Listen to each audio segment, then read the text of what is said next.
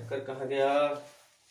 ये बच्चे भी मार्कर से खेलते रहते हैं और गायब कर देते हैं। मिल गया। तो जानते ही हैं बच्चे कितने खतरनाक होते हैं, शैतान के भी बाप होते हैं। सुने हैं कहानी? एक छोटा सा कहानी में बताता हूँ आपको। कहते हैं जो डर गया वो मर गया। बहुत मजा आएगा सुनने में। अमेरिका में दो भाई रहते थे, एक का नाम था जो और एक का नाम था ओ। तो दोनों रास्ते में जा रहे थे एक दिन, और उनके रास्ते में एक बहुत बड़ा परछाई दिखाई दिया और जो उसे देखते ही डर गया और वो तुरंत मर गया। तभी से जो डर गया वो मर गया। तो छोड़िए, ये सब चुटकुला है, कहानी है। स्टार्ट करते हैं आज लेक्चर। पिछले वीडियो में हम बात किए थे न्यूमेरिकल, दो न्यूमेरिकल पढ़े थे, 2-3 न्यूमेरिकल पढ़े थे, कंसेप्ट पढ़े थे, और उसी में से 1-2 न्यूमेरिकल्स और हम देख लेंगे उस पर आधारित। और फिर हम बात करेंगे लीनियर चार्ज डेंसिटी और वॉल्यूम का और सरफेस का।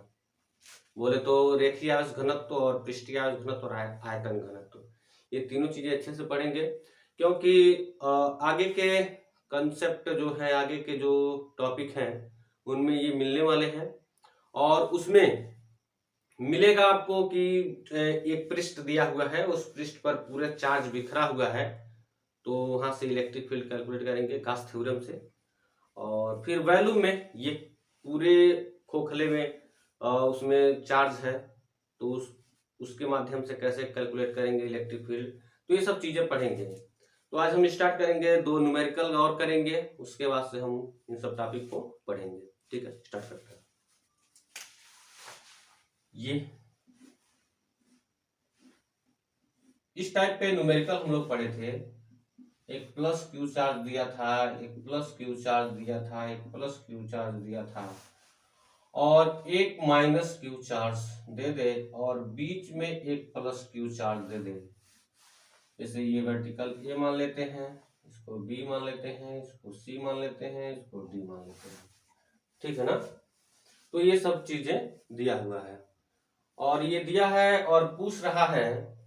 पिछले वीडियो में हम पढ़े थे कि अगर ये स्क्वायर पे, अगर इसके वर्टिकल पर, इसके शीर्ष पर अगर 4 आवेश रखे हों, एक प्लस क्यू और प्लस क्यू, मतलब सभी पॉजिटिव हों, तो उस पे फोर्स प्लस क्यू वाले पे नेट फोर्स कितना होता था, तो कैलकुलेट कर लिए थे। अगर दे दिया है ऐसे ही कि अगर प्लस क्यू चार्ज रखा है और एक माइनस क्यू चार्ज आ जाएगा, तो उस कंडीशन में जो फोर्स होगा वो क्या होगा, तो उसको गणना करते हैं, देख लेंगे।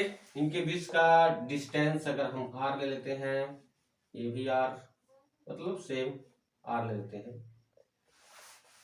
तो ये d भी इस पे फोर्स लगाएगा इस डायरेक्शन में, एफ डी, क्योंकि ये प्लस क्यू चार्ज है, ये भी प्लस क्यू चार्ज है, तो दोनों प्रतिकर्षण होगा।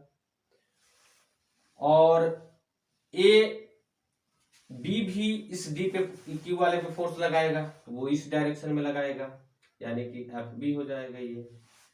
और ए वाला जो है ये इस पे फोर्स लगाएगा, तो ये इस डायरेक्शन में, अर्थात एफ ए हो जाएगा। और सी वाले पे भी तो चार्ज रखा है, ये माइनस है, तो ये तो अट्रैक्ट करेगा, अर्थात जो फोर्स होगा वो भी इसी डायरेक्शन में होगा, यानी कि एफ सी।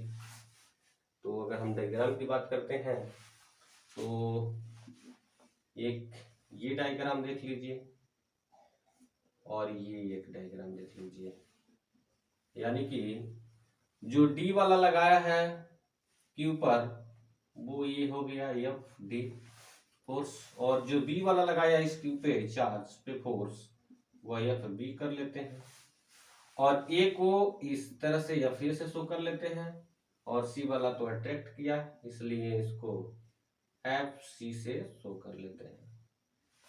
कोई शक? क्लियर है ना?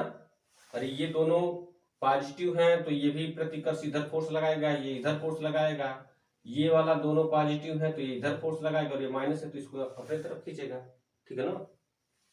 तो नेट निकालेंगे, अर्थात इस पे फोर्स नेट निकालेंगे हम, तो कितना हो जाएगा। और एक चीज और जान लेते हैं कि इनके बीच का जो डिस्टेंस होगा वह पूरा तो r इज इक्वल टू, ये निकालेंगे हम तो आएगा हमारा, अगर ये लेते हैं डिस्टेंस तो r by root two, A root two आएगा, r रूट टू आएगा। ठीक, निकाल लेंगे इसका और इसके लेकर के, दोनों लंब और कड़ लेकर के, लंब कड़ आधार तीनों पाइथागोरस थ्योरम से, तो ये रूट टू आएगा। इसका हाफ, क्योंकि ये डिस्टेंस हम इतना ही कैलकुलेट करेंगे तो इसमें हम 2 से डिवाइड कर लेंगे और परमेकरण कर देंगे तो कितना हो जाएगा, r हो जाएगा root two into root two होगा और बटे 2 रूट टू हो जाएगा। तो ऊपर होगा 2r बटे 2 रूट टू होगा, यानी कि 2 से 2 कैंसिल हो जाएगा तो r बाई रूट टू आएगा। ये हाफ डायगोनल हो जाएगा। ठीक है ना। उसके बाद जो है ये निकल गया डिस्टेंस, तो ये दोनों फोर्स तो क्या है, इक्वल और अपोजिट है, बराबर और विपरीत दिशा में कार्यरत है, इसलिए ये निरस्त हो जाएंगे, शून्य हो जाएंगे। बच जाएगा क्यू पर एफ नेट की बात करेंगे हम, तो एफ ए और प्लस एफ सी को हम क्या करेंगे, ऐड कर लेंगे। ठीक है ना, दोनों सेम डायरेक्शन में, इसलिए इनको ऐड कर लेंगे, जोड़ लेंगे। तो एफ ए कितना होगा और एफ सी कितना होगा, इनको हम ऐड कर लेंगे। एफ ए क्या होगा देख लेते हैं, F A is equal to K Q Q बटे ए का स्क्वायर, मतलब ये आर का स्क्वायर, मतलब हो जाएगा आर बाई रूट टू का स्क्वायर। हल करेंगे तो आ जाएगा के क्यू कैपिटल क्यू आर बटे 2, आर स्क्वायर बाई 2, अर्थात ये हो जाएगा 2 क्यू बाई आर स्क्वायर। ये हमारा एफ ए का जो वैल्यू होगा ये हो जाएगा। एफ सी कितना हो जाएगा, एफ सी को भी देख लेते हैं। ये फोर्स, साइन देखो, साइन नहीं लेना है क्योंकि डायरेक्शन जब शो कर दोगे तो साइन का कोई मतलब नहीं है। तो हो जाएगा के क्यू बाई, यहाँ भी वही होगा, ठीक है ना, आर बाई रूट टू का स्क्वायर कूलम बल। तो ये ऊपर चला जाएगा, रूट हट जाएगा स्क्वायर से, 2 क्यू बाई आर स्क्वायर, दोनों को ऐड कर लेंगे तो एफ ए कितना है 2 Q by R square plus F C कितना है 2 क्यू बाई आर स्क्वायर। ठीक, तो ये हो जाएगा total 4 Q by R square, ये हो जाएगा F net 4 Q by R square. बात समझ रहे हैं ना। और इसी पे एक और सवाल, जो संतुलन की अवस्था में 2 चार्ज जब प्लस प्लस दिए थे तो तीसरा चार्ज हम उनके बीच में रखेंगे। ठीक है ना, ये यूपी बोर्ड के बुक में भी क्वेश्चन है, फिजिक्स की किताब में, कि 2 प्लस चार्ज दिए हुए हैं तो उनके बीच तीसरा आवेश रखेंगे तो संतुलन में कब होगा। ठीक है ना। और वैसे एक माइनस चार्ज दे देगा, अपोजिट चार्ज दे देगा, अगर विपरीत चार्ज दे देगा, आवेश दे देगा, तब कहां पर हम तीसरे चार्ज को रखेंगे, वह संतुलन की अवस्था में होगा, उसको भी हम पढ़ेंगे। तो ठीक है, ये समझ लिए ना, इसको स्क्रीनशॉट ले लेंगे। ठीक है, ओके।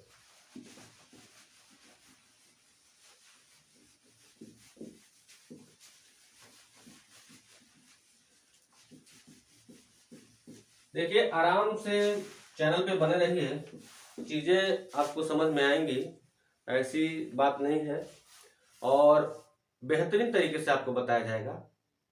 ठीक है ना, कंसेप्ट के माध्यम से बताया जाएगा। ज्यादा कहानी पढ़ने की जरूरत नहीं है, ज्यादा कहानी लिखने की भी जरूरत नहीं है। कंसेप्ट को समझेंगे और डिफिनेशन, डेरिवेशन अच्छे से पढ़ते चलेंगे, सारी समस्याएं धीरे धीरे समाप्त हो जाएंगी। कुछ चीजें शुरुआत करते हैं तो समझ में नहीं आता है, लेकिन धीरे धीरे जैसे जुड़ जाते हैं उन चीजों से तो फिर वो समझ में आने लगता है। तो दो विपरीत आवेशों के मध्य तीसरा आवेश कहाँ रखें कि वह संतुलन में हो। इस पे न्यूमेरिकल एग्जाम में आते हैं। दो विपरीत आवेशों के मध्य अन्य चार्ज, एक दूसरा चार्ज, तीसरा चार्ज कहाँ रखें कि वह संतुलन में हो। जैसे हम बात कर लेते हैं, एक क्यू चार्ज है, प्लस क्यू है, और एक -9q चार्ज है। ठीक, -9q चार्ज है। ठीक, इनके बीच का डिस्टेंस हम r ले लेते हैं। तो कह रहा कि तीसरा, ये प्लस क्यू रख लेते हैं। ठीक, तो दो पॉजिटिव चार्ज थे तो थर्ड वाला चार्ज हम बीच में रखे थे। अगर बीच में रखेंगे, अगर यहाँ पर अगर हम प्लस क्यू को रखते हैं तो ये भी प्लस है, ये भी प्लस है, अर्थात फोर्स इस डायरेक्शन में लगेगा, और एक माइनस है तो एक फोर्स भी इस डायरेक्शन में लगेगा। अर्थात यहाँ पर जो एफ नेट होगा वह संतुलन नहीं होगा क्यू पर, अर्थात क्यू चार्ज यहाँ पे संतुलन में नहीं होगा। बात कर लेते हैं इस वाले चार्ज के पास, या छोटे चार्ज के पास देख लेते हैं। अगर हम क्यू को यहाँ पर रखें तो क्या होगा, ये वाला चार्ज इस पे फोर्स लगाएगा इस डायरेक्शन में F1, और ये फोर्स लगेगा इसके द्वारा, ये हो जाएगा F2। अर्थात देख रहे हैं कि यहाँ पे अपोजिट डायरेक्शन में फोर्स लग रहा है, मतलब विपरीत बल कार्य कर रहा है उस चार्ज पे। तो यहाँ पर जो Q होगा, Q पर जो फोर्स होगा वह 0 होगा, अर्थात वह संतुलन में होगा Q। और एक पॉइंट यहाँ भी दिख रहा है हमको कि अगर हम बड़े वाले इस माइनस वाले चार्ज के पास रखें तभी तो हो सकता है, ये वाला कंडीशन हो जाएगा कि नहीं। देखें, अगर यहाँ पे रख लेते हैं, Q को यहाँ रखते हैं तो इसके द्वारा इस पे फोर्स F1, और इस पे फोर्स इस डायरेक्शन में, क्योंकि माइनस है तो इधर लगेगा F2।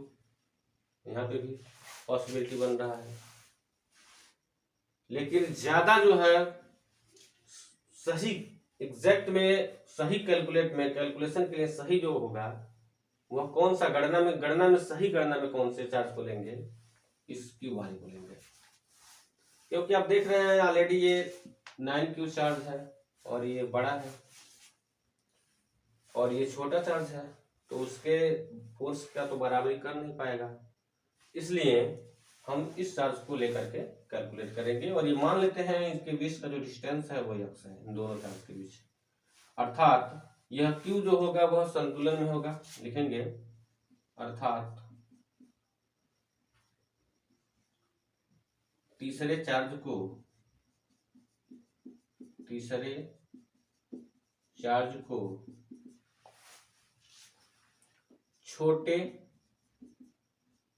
छोटे वाले आवेश के पास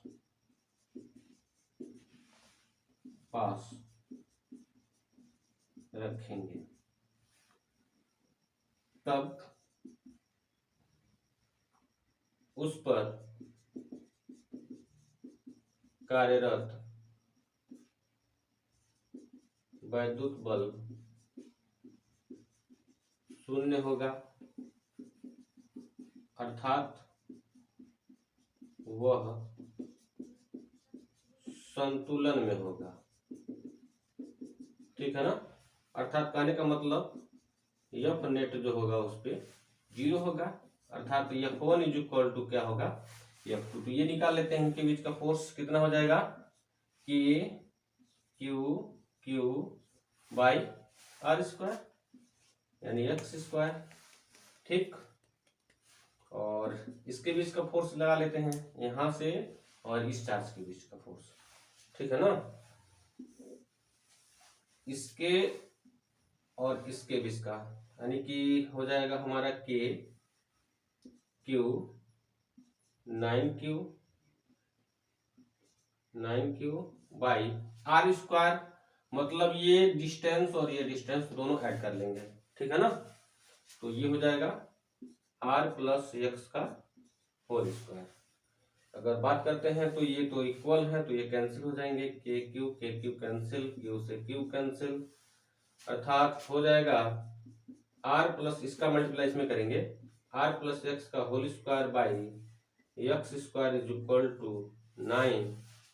तो R plus X by X, इस पूरे का होल स्क्वायर कर सकते हैं ना, पूरे का होल स्क्वायर कर सकते हैं, इज इक्वल टू 9 है, तो यहाँ पे 3 का स्क्वायर हो जाएगा, स्क्वायर से स्क्वायर कैंसिल होगा, तो मिलेगा वैल्यू, स्क्वायर से स्क्वायर कैंसिल हो जाएगा, तो R plus X upon X is equal to plus minus 3 मिलेगा, प्लस चिन्ह लेंगे तो आर प्लस एक्स बटे एक्स इज इक्वल टू 3, अर्थात R plus X is equal to 3x, और आर इज इक्वल टू हो जाएगा 3x minus X, R is equal to हो जाएगा 2x, एक्स का वैल्यू निकालेंगे तो r बाई 2 हो जाएगा।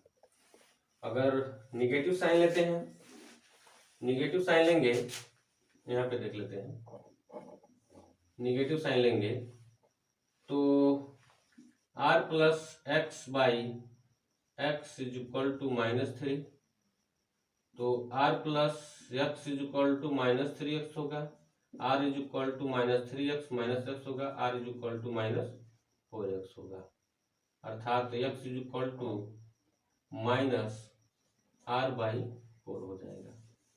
तो ये तो नहीं होगा, ये वाला कंडीशन बनेगा, क्योंकि वो 4 वाला देखेंगे तो इसके बीच में आएगा कि माइनस में है, और ये r बाई 2 है, तो ये पॉसिबिलिटी होगी कि अगर दो विपरीत आवेश दिए हों तो उनके बीच हम एक अन्य तीसरा आवेश जो होगा वह छोटे वाले चार्ज के पास बाहर की तरफ रखेंगे, ये याद रखेंगे।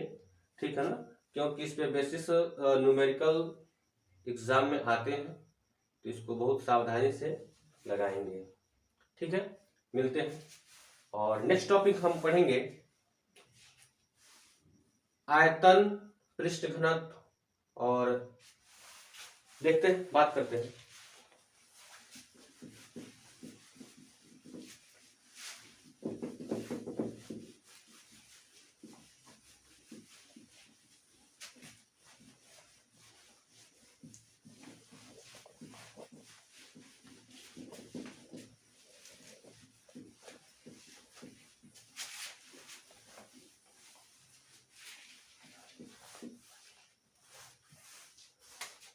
बात करेंगे हम रेखीय आवेश घनत्व की, रेखीय आवेश घनत्व,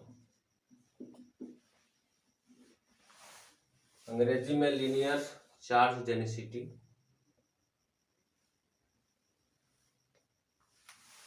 जैसे डिफाइन कैसे करेंगे, एकांक लंबाई में उपस्थित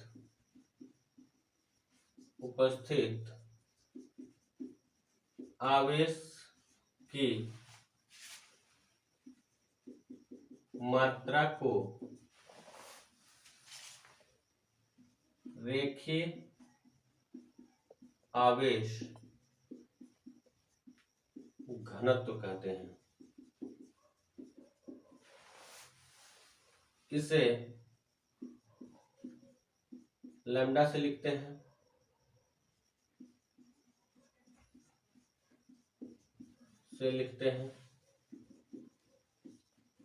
ठीक, lambda is equal to Q by L होता है।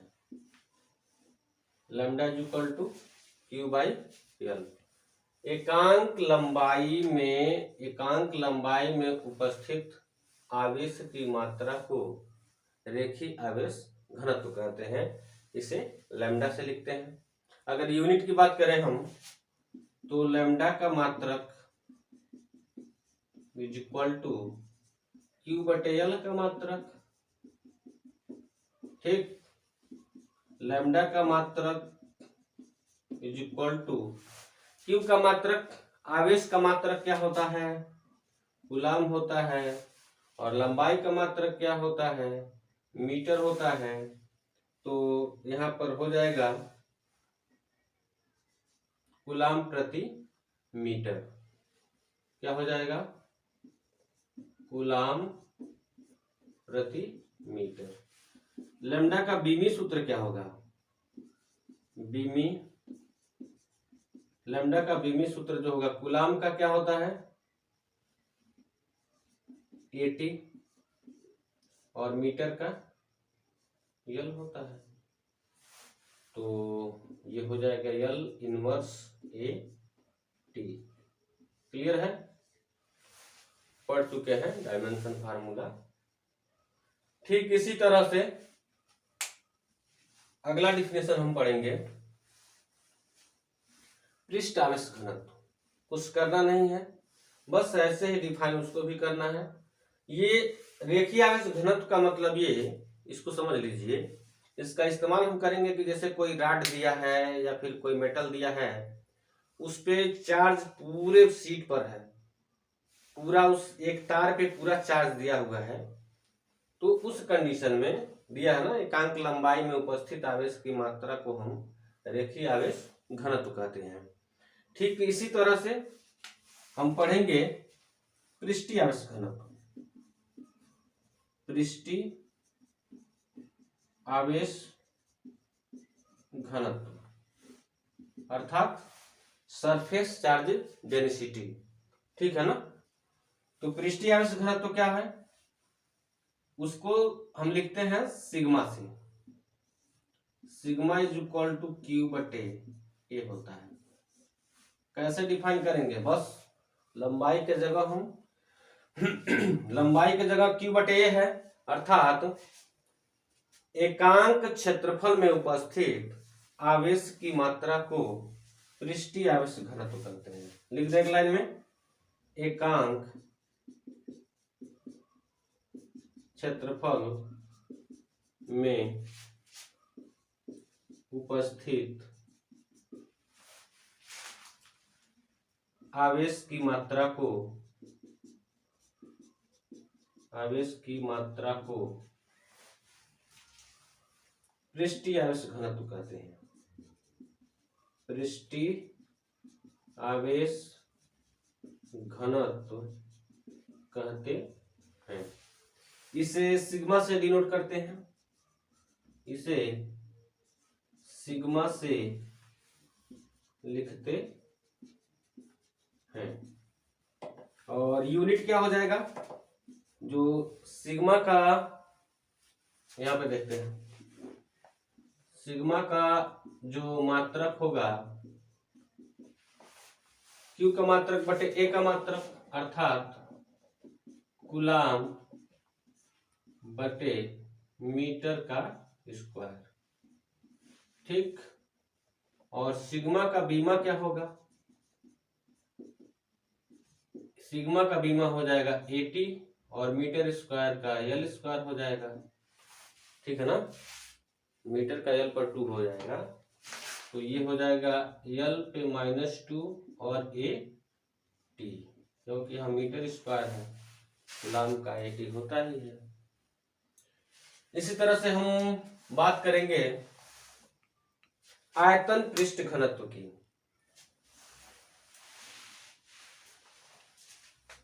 नोट कर लेंगे इसे।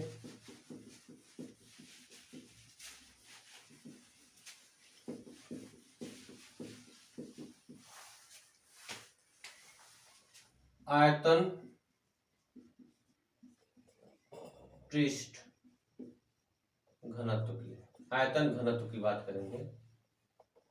आयतन घनत्व, आयतन घनत्व। आयतन घनत्व क्या है? इसको रो से लिखते हैं। रो इज इक्वल टू Q/V। ये भी वॉल्यूम वाला है, वेलोसिटी नहीं है, वॉल्यूम है, ठीक है ना।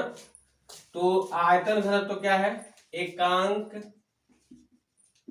आयतन में उपस्थित आवेश की मात्रा को, आवेश की मात्रा को आवेश का आयतन घनत्व कहते हैं, ठीक। इसे रो से लिखते हैं, इसे रो से लिखते हैं।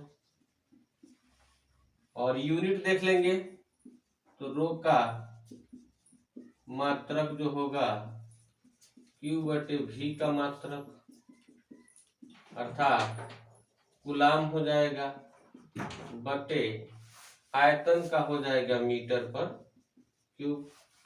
ये हो जाएगा रो का यूनिट, ठीक। डायमेंशन फार्मूला क्या हो जाएगा? डायमेंशन फार्मूला हो जाएगा Q का बीमा बराबर कूलाम क्या है? कूलाम का बीमा 80 और ये हो जाएगा L पे 3,